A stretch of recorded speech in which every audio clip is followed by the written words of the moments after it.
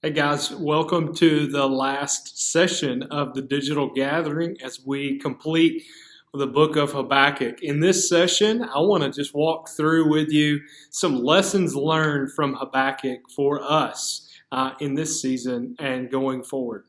So, here are some lessons learned from the book of Habakkuk as we finish out this important book in the Old Testament that gives us a picture of what faith looks like in trying times.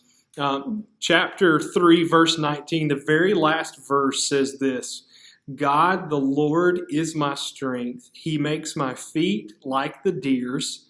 He makes me tread on my high places. And then it concludes with this little subscript: to the choir master with stringed instruments. And so verse 19 tells us that it has like this instruction for singing to the worship leader, basically, of that time, that it was to be something sung by the gathering of God's people. And this singing, much like our singing today, rehearses for us, helps us to remember how good God is, how trustworthy He is, and in order that we might trust Him in our own time.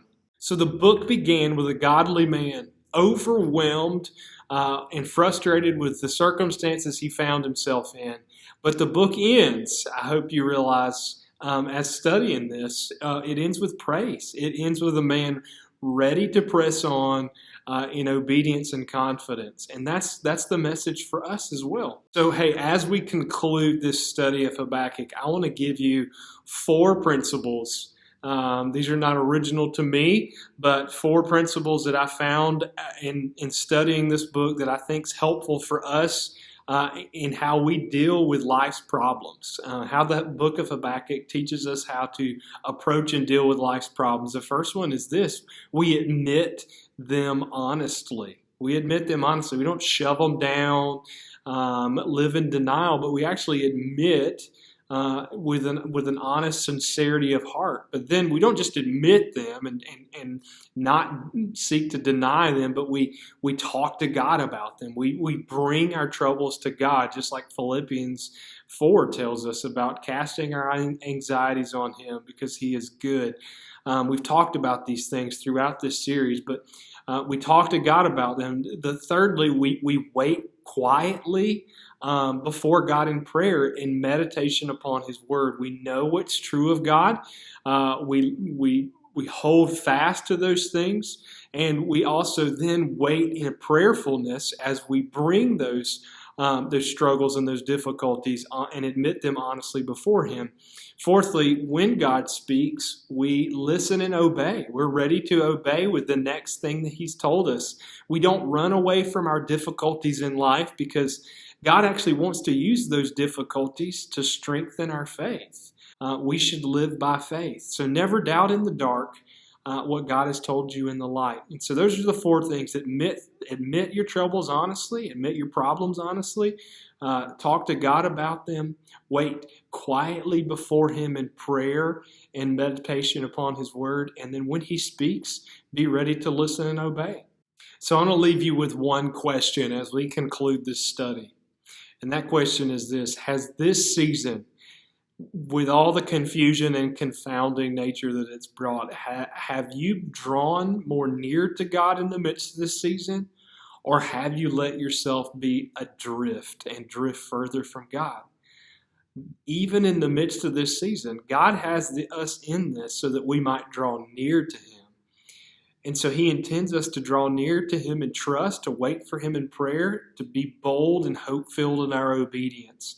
And so I want to invite you in this time to be sure you draw near to Him in this season. That's what the book of Habakkuk is teaching us, that our boldness, our confidence, our readiness to go forward in these things comes from, are we drawing near to God even with our problems before Him?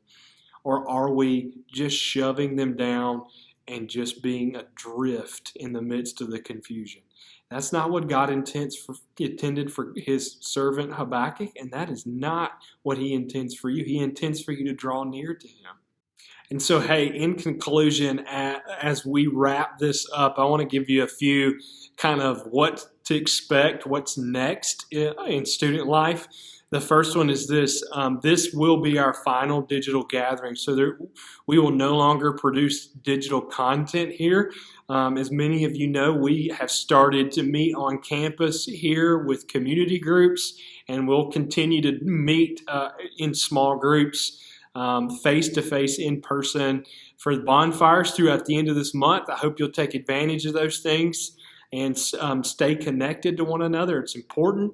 And then also, as we move into June, big announcement here, we will then transition to meeting in person on Sunday nights together. So Sunday nights through the month, be on the lookout for more details there. But then also, we hope that as things continue to trend in this direction, that by July, we hope to continue to be able to come together even in a larger, more extended sense. And I'm really excited about the potential for that. But to hear from the Lord and be encouraged. So I want to actually go ahead and encourage you to be on the lookout for those things. Stay tuned to Realm and know that we can't wait to gather with you.